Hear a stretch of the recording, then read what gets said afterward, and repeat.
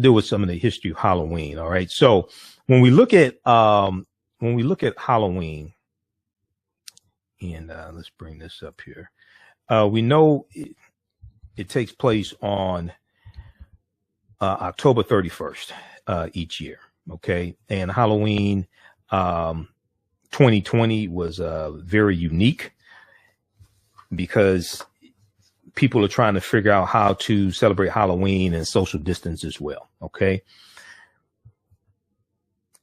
So Halloween is a holiday celebrated each year on October 31st.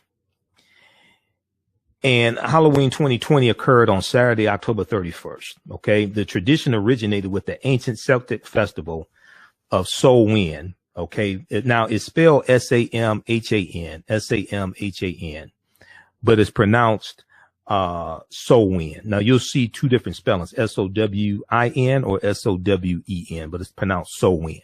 Okay. And it literally means summer's end, or it can mean the end of summer.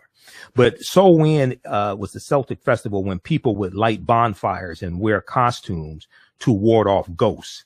Now in the 8th century AD, Pope Gregory III designated November 1st as a time to honor all saints. November 1st is a time to honor all saints. So soon All Saints Day was incorporated some of the traditions of Samhain. Okay. Now the Romans are going to conquer the Celtics, or what we would call the Irish, around 43 by 43 AD. The Roman Empire conquers them. Okay. So when we deal with St. Patrick, and you hear me talk about St. Patrick's Day, and we deal with this mass murderer named Patrick, who killed thousands of Druids, killed thousands of Irish on behalf of the Eastern Orthodox Church. And the Roman Empire has conquered the island of what we call Ireland. All right. So we're coming up here on a break. We're going to continue this on the other side of the break. Listen to the African History Network show right here on 910 AM, the Superstation, the Future Radio. I'm Michael Imhotep. Let's go back. We're dealing with the history of Halloween, the history of Halloween. So in 8th century AD, Pope Gregory III designated November 1st as a time to honor all saints. Soon All Saints Day incorporated some of the traditions of Samhain. Okay, Samhain was this ancient Celtic festival, which is, we're talking about the Irish, this ancient Celtic festival. And it occurred, Samhain occurred on right around that period of time, November 1st, and it marked the end of summer. Okay, now the evening before was known as, now when we look at 8th century AD, when we look at All Saints Day, the evening before All Saints Day was known as All Hallows Eve, All Hallows Eve. And later it was called Halloween, which is a contraction of All Hallows Eve. Sometimes you will see it referred to as All Hallows Even or All Hallows Evening. Now over time, Halloween evolved into a day of activities like trick-or-treating, carving jack-o'-lanterns, festive gatherings, donning costumes, eating treats, etc. Okay, this is going to evolve over time. Now, when we look at Halloween is based upon 3 ancient festivals. One Celtic festival, which is Samhain that we talked about, and 2 Roman festivals. Okay. So Samhain was the ancient Celtic festival that dates back to about 2,500 years ago in the areas today called Ireland, the United Kingdom, and northern France. The areas we call Ireland, the United Kingdom, and northern France. Then you have 2 Roman festivals. You have the festival of Pomona. Pomona was the Roman goddess of fruit trees and a symbol of abundance. And the symbol of Pomona was the apple. The symbol of Pomona was the apple. And the incorporation of the celebration of Pomona into the ancient Celtic festival of Samhain is where it's believed bobbing for apples comes from. Okay. So what's taking place is that the Romans have their festivals and they conquer the Celtic people. And then over time, traditions from the Celtic festival of Samhain gets incorporated into the Roman festivals. Okay. And then they get merged together. We see the same thing happen with Christmas and things like the Roman festival of Saturnalia and a lot of these earlier winter festivals, how when different cultures, one group, when the Romans dominate one group, the customs of the people who are being conquered get incorporated into the others' celebration. Okay, we see the same thing with the Romans and the festival of Saturnalia, different things like this. We see this take place. Okay, so you have Pomona, the Roman goddess of fruit trees, and a symbol of abundance. And the symbol of Pomona is the apple, and the incorporation of the celebration into Samhain probably explains the tradition of bobbing for apples that is practiced today on Halloween. Then you have the festival of Feralia, Feralia, Feralia. Now, Feralia was a day in late October when the Romans traditionally commemorated the passing of the dead. Okay.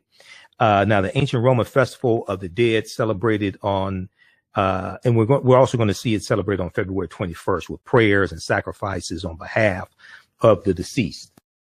Excuse me, on behalf of the deceased. Okay, but we have the festival of the ancient Roman festival of the dead known as Feralia. Okay, so we see this festival also. All right, now, so Samhain, when we look at the ancient Celtic festival of Samhain, this means summer's end, and it occurred on November 1st. This was amongst the Celtic people, this was their New Year's Day. And the harvest was collected to prepare for the winter, which could be deadly. On October 31st, which was Samhain Eve, it was believed that the boundaries between the worlds of the living and the world of the dead became blurred. Okay, so this would be October 31st. This would be Samhain Eve. It was believed amongst the ancient Celtic people that the boundaries between the living and the dead became blurred, and they believed that ghosts of the dead returned to earth from sundown to sundown. Okay. And they would wear masks and costumes to confuse the ghosts. Okay. So this time of the year was thought to be the most favorable for the Celtic Druid priest to make predictions about the future. They practice divination, etc. So when we study, when you hear me talk about the history of St. Patrick's Day, we know that ties into the Druids, and that ties into the Druids practicing a watered down version of the teachings coming out of ancient Kemet or ancient Egypt. And if you read Nile Valley Contributions to Civilization by Tony Browder, this deals with this. Okay, Elaine, who's that? Hold on, who is this? Elaine or Ellen? Elaine, both of you. Thanks for the donation. I think you donated before. I really appreciate that. Who is this? I want to make sure I get the name right. Ellen, yeah, Ellen. How you doing, Ellen? Thank you so much. So you have the ancient Roman festival. I'm sorry. You have when we talk about St. Patrick, all this history is connected. Let me show you a couple books. One, in preparation for the presentation I did some years ago dealing with the history of St. Patrick's Day, because I studied all of the European holidays that we've been taught to practice. Okay. And let me say this from the beginning. I'm not telling you don't celebrate Halloween. I'm not telling you don't celebrate Halloween. And I may say some things that are outside of the circumference of your own awareness. Just because you never heard them before, disagree with them, or don't like them does not mean they are not true. It just means you have to do some research to understand what it is I'm talking about. So with me, I've studied the history of all of the holidays we've been taught to celebrate. And two of the books that I read dealing with this were from Dr. Ishaka Musa Barashango, African People and European Holidays and Mental Genocide, book 1 and book 2, Dr. Ishaka Musa Barashango. All right. And one of his cousins is one of my friends, Dr. David Imhotep, who wrote the book, The First Americans Were Africans, Documented Evidence. All right. But so I've studied the history of all of these holidays. I don't celebrate any of them, but I still respect people who do celebrate them. Okay. So I'm not telling you don't celebrate them, but I think it's important, if you're going to celebrate any of these holidays, to actually understand the history of what it is you are participating in, what it is you are celebrating, so you have a better understanding of it, and it may change how you choose to celebrate it. Okay. And it's also important for us to understand that most of these holidays we were taught to celebrate when we were children. A lot of times in school, St. Patrick's Day, we were taught to celebrate St. Patrick's Day in school, and we were told to wear green. And we asked the teacher, why do we wear green? Oh, we wear green for St. Patrick's Day. Well, who was St. Patrick? Most of them can't tell you who St. Patrick was. All right. When you read Nile Valley Contributions to Civilization by Tony Browder, and we've talked about this before when we deal with the history of St. Patrick's Day. And I think the video I did, the most recent one, I think, is on YouTube and Facebook, that I did with the history of St. Patrick's Day.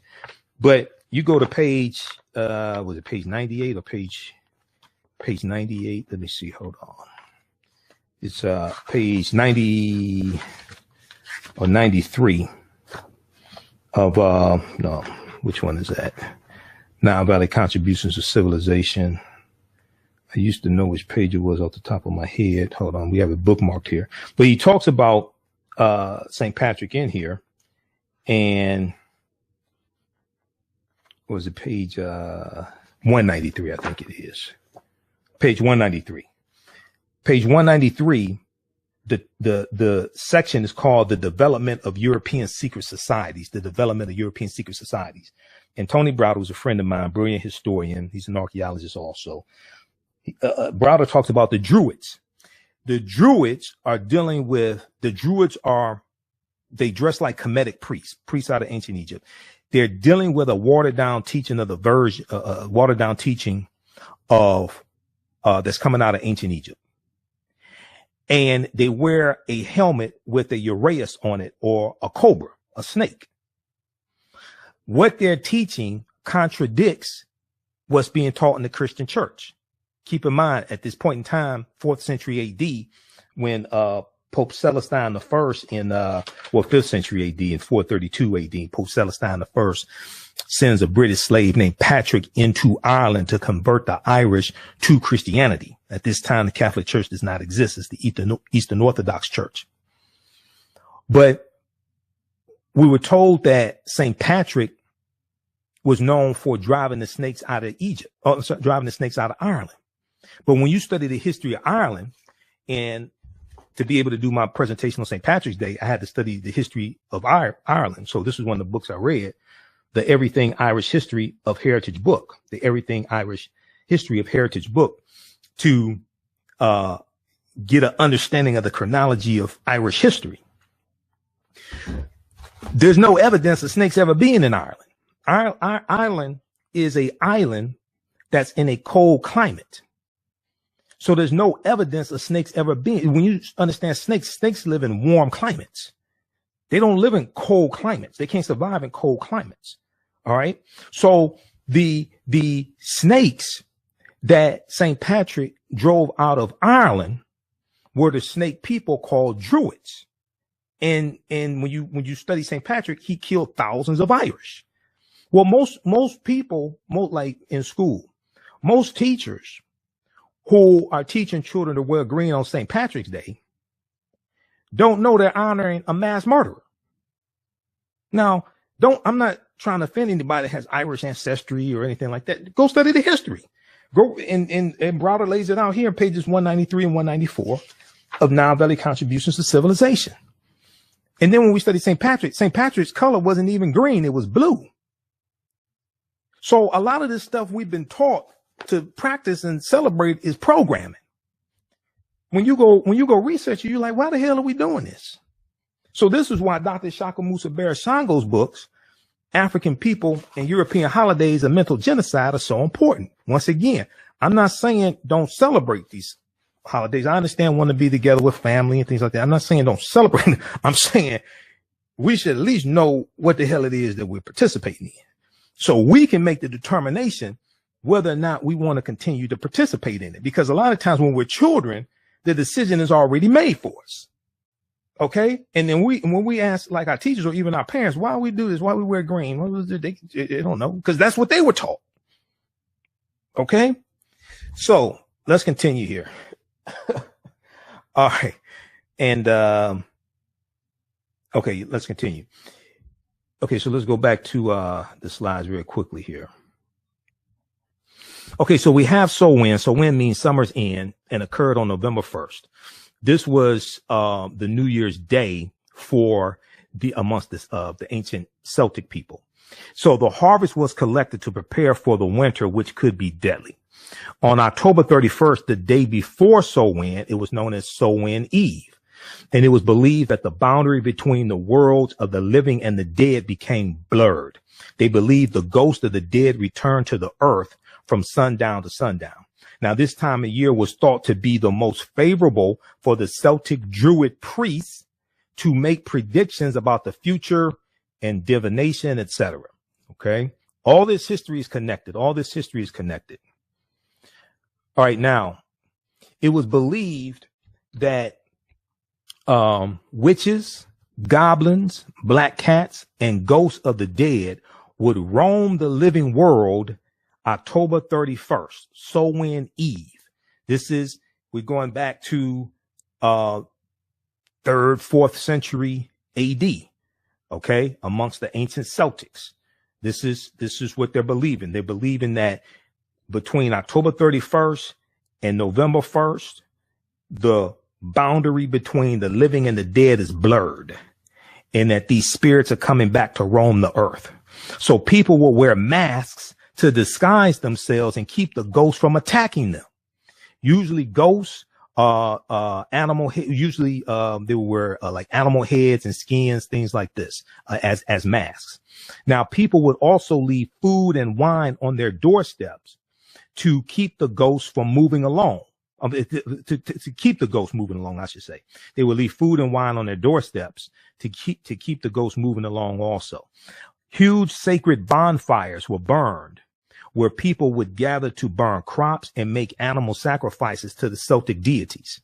Now, the Celtics are going to be conquered by the Roman Empire by 43 AD, which leads to a Roman influence in amongst the Celtics also. Okay. And then we know in 432 AD, this is when Pope Celestine I sends the British slave Patrick into Ireland to convert the Irish. Okay. Because Patrick wasn't even Irish. That's another thing. Patrick wasn't even Irish. Okay. He was basically what we would term as British.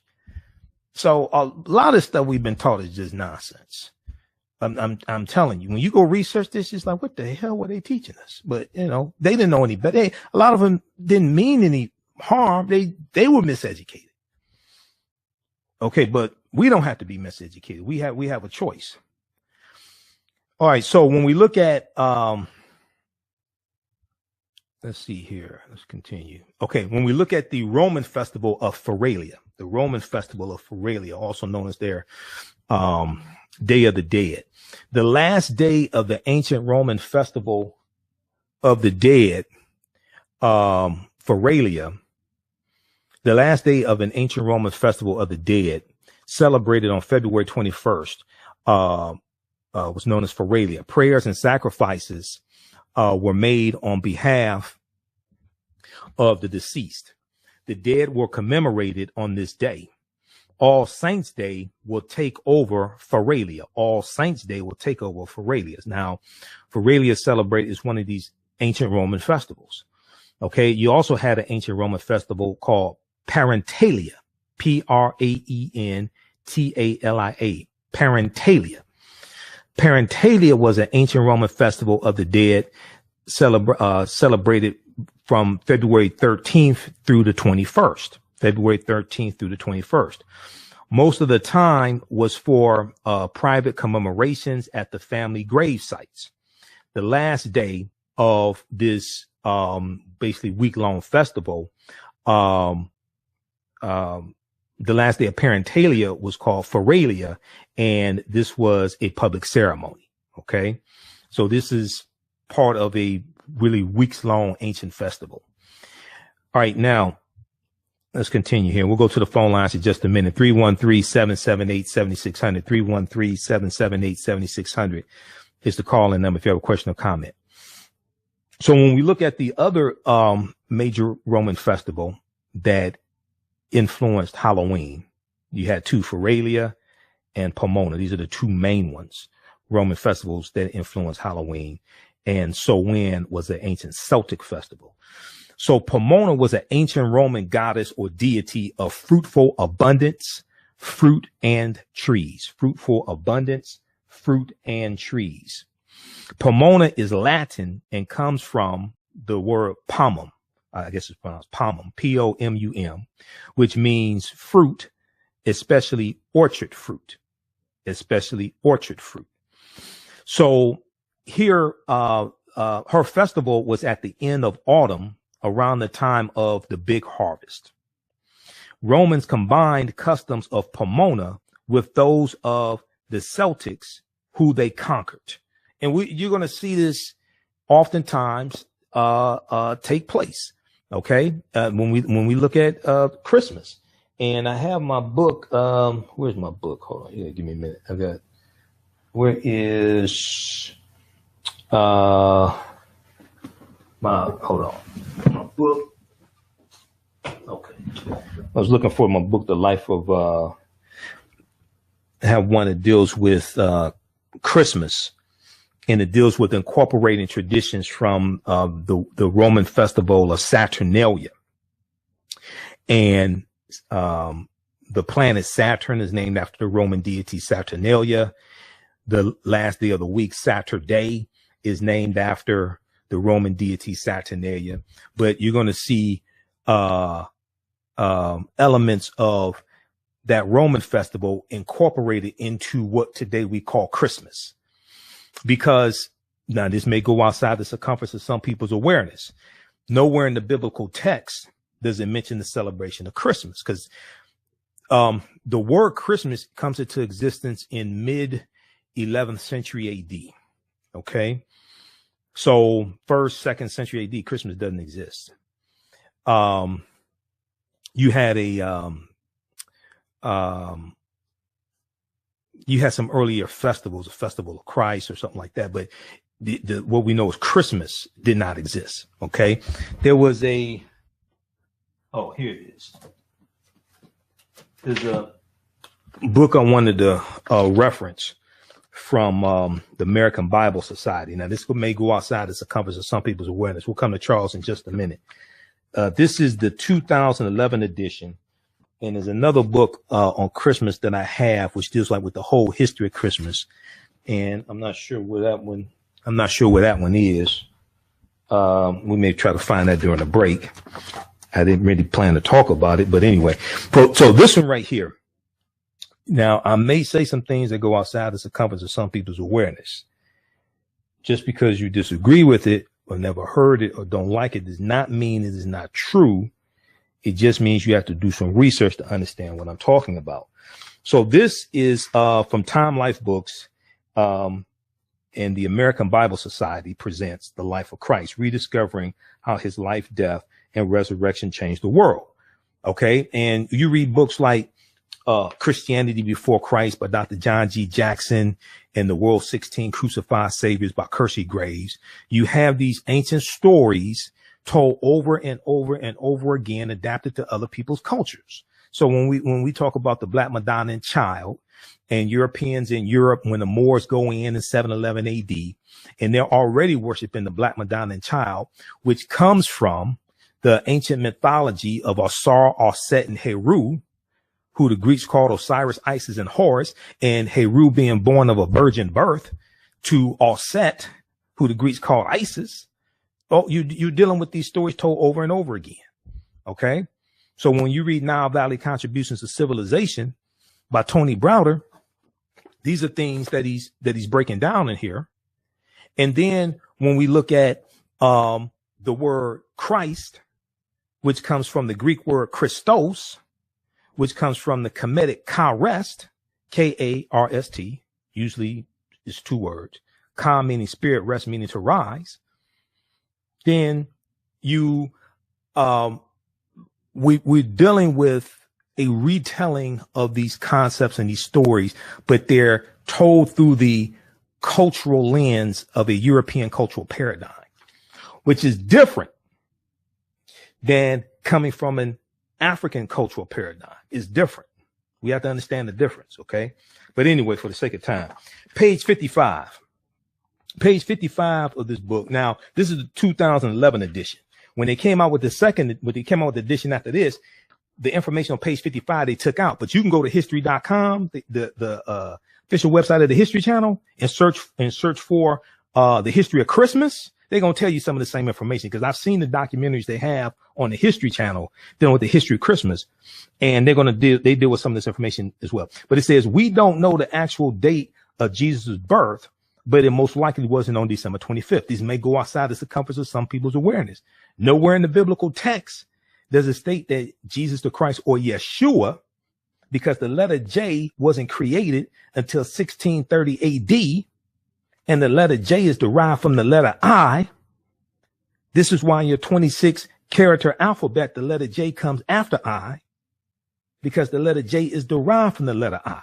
So if you go to the dictionary and look up the word Jesus, it takes you through the etymology of the word, and it takes you back to Hebrew Yeshua with the Y, because the letter J didn't exist when the Bible was written.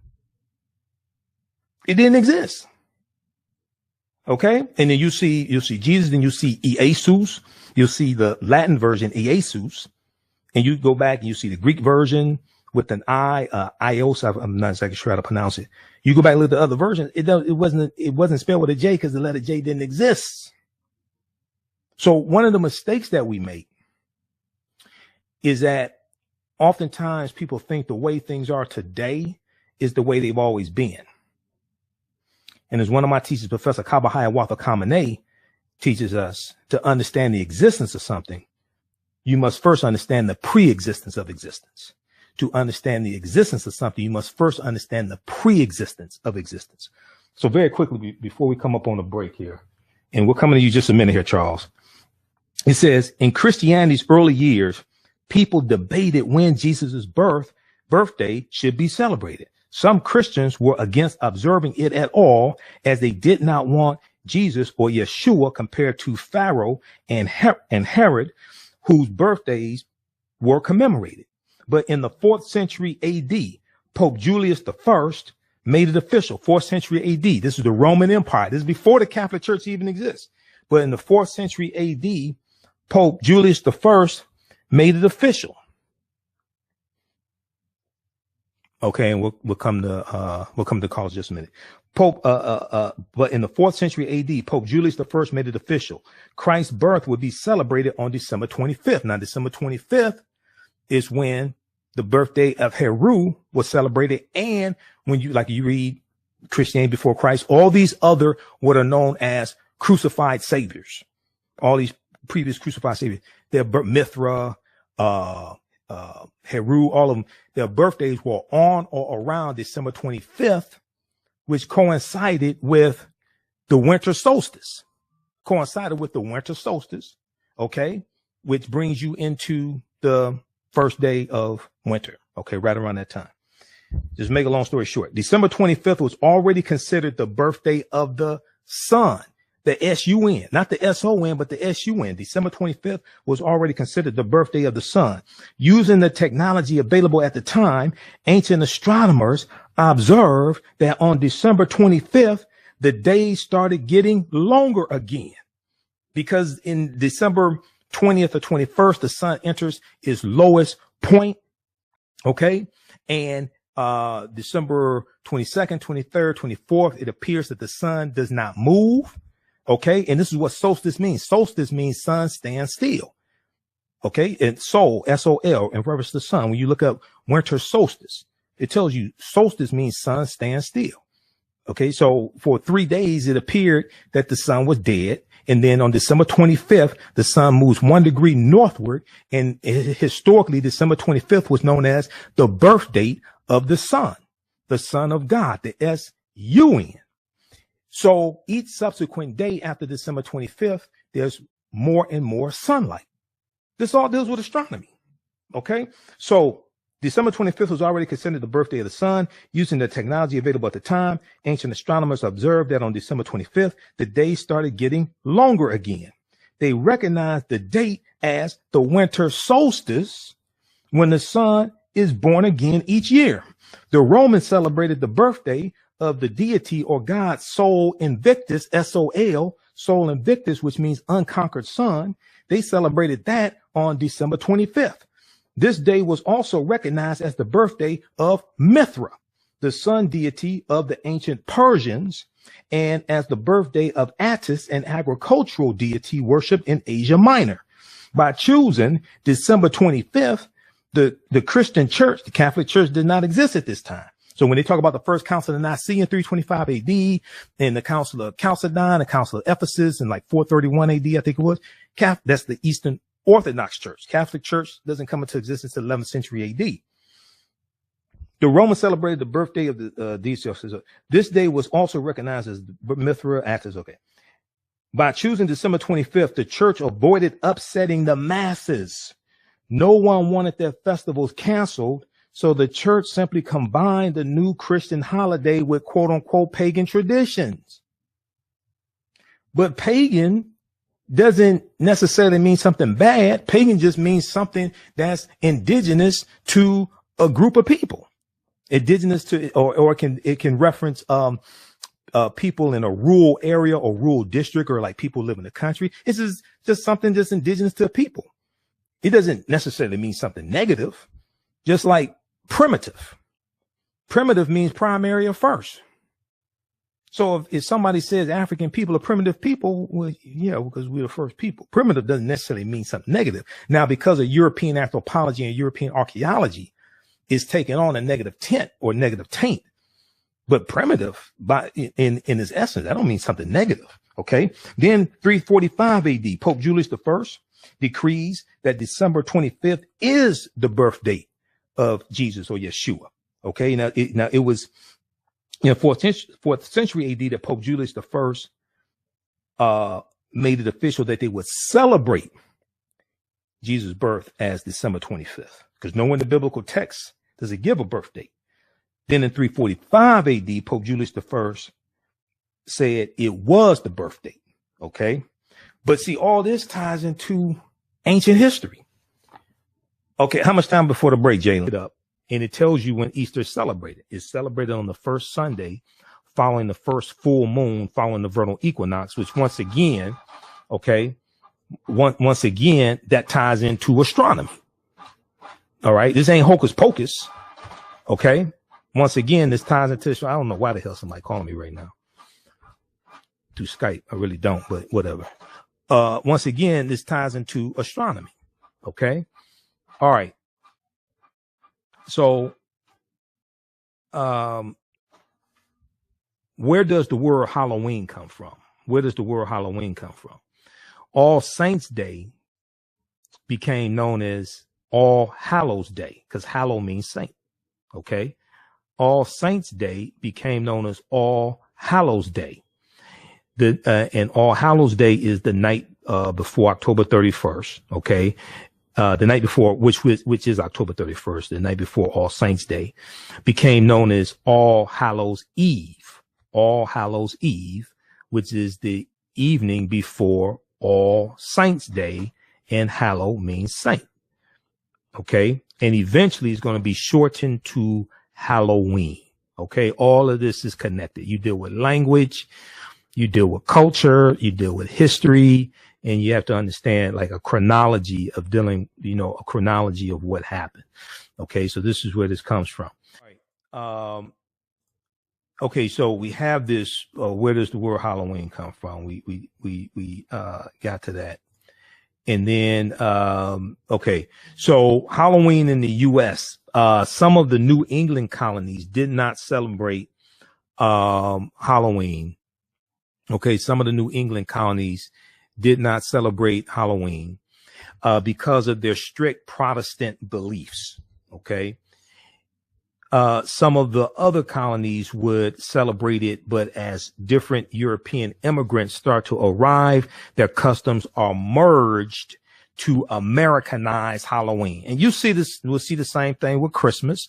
We see that, we see the Dutch influence on Christmas and Father Christmas. Okay, there are any little kids around. You may not want them to hear this, but we see the religious figure of Father Christmas gets introduced by the Dutch around early 1700s or so, when the Dutch are coming here, and they continue to come. And then you're going to see that religious figure of Father Christmas, who wore red and white, get transformed into a secular figure of Santa Claus. And Santa Claus comes from the Dutch word Sinterklaas, which means Saint Nicholas. And when we study who Saint Nicholas really was, we know Saint Nicholas was a bishop who becomes a saint, lives 3rd, 4th century AD. And the Saint Nicholas was an African. A lot of these early saints were Africans. Saint Nicholas was one of them also.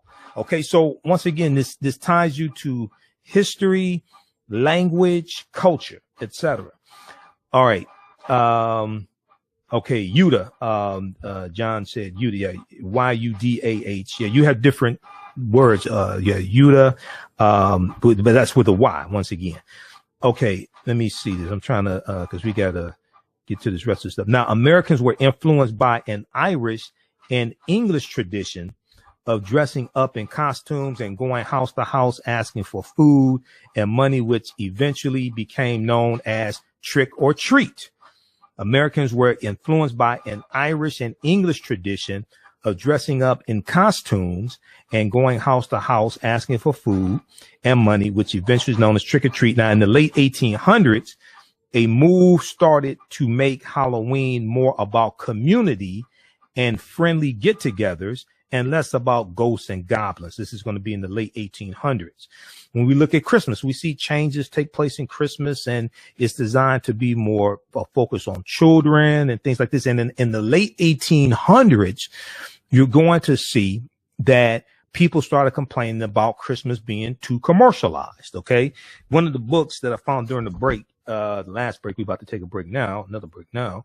This is live radio. This book here I was looking for, Christmas Miscellany, Everything You Always Wanted to Know About Christmas by Jonathan Green, Christmas Miscellany. So I was doing my research, dealing with the history of Christmas. This is one of the books that I read. Okay. Listen to the African History Network show right here on 910 AM, the Superstation of Future Radio. I'm Michael Imhotep. We'll be back in a few minutes. Hopefully you learned a lot today. And be sure to register for the online history classes that I teach on Saturdays and Sundays. Saturdays, normally 2 p.m. to 4 p.m. Eastern Standard Time.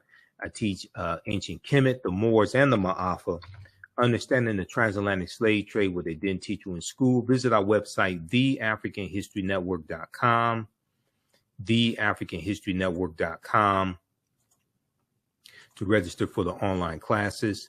And right on the homepage, scroll down, you see information about our radio show. We're on Sundays, 9 p.m. to 11 p.m. Eastern Standard Time. We broadcast on our social media platforms.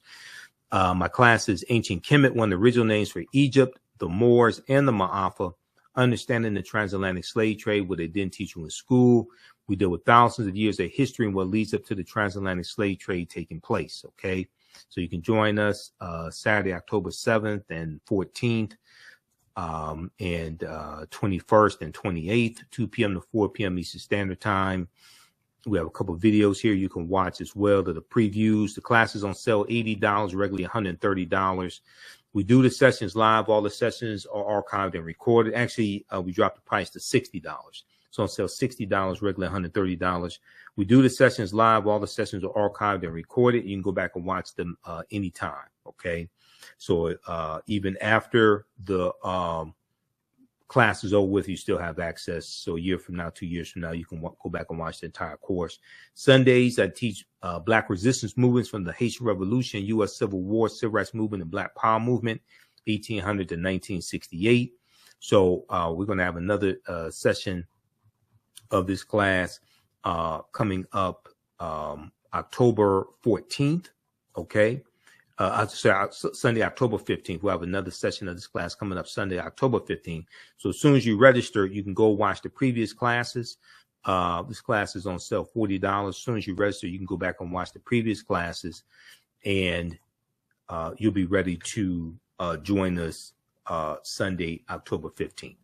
Also, if you'd like to stop for information, you can support the African History Network, $, the AHN Show through Cash App, $, the AHN Show through Cash App, also through PayPal, paypal.me/the AHN Show. This helps us keep doing the research, stay on the air, keep broadcasting, pay some of the bills. All right, we have to get out of here. Remember, right now it's correct wrong behavior. It's not over till we win. Wakanda forever. And we'll talk to you next time. Peace. Is your child struggling with reading, writing, learning loss, and a culturally irrelevant curriculum? Do you want your child to be outstanding at reading and writing and also take pride in their culture? Then you want Reading Revolution Online. Reading Revolution Online is a web-based reading support program. We serve scholars in grades K through 8, and through our innovative approach, we help them build reading confidence and cultural identity development, equipping them for success in school and life. They learn about Black heroes and sheroes through captioned videos, reading selections, and other activities. Reading Revolution Online is an experience for the whole family. Do it for the culture. Go to readingrevolution.org and get your membership today.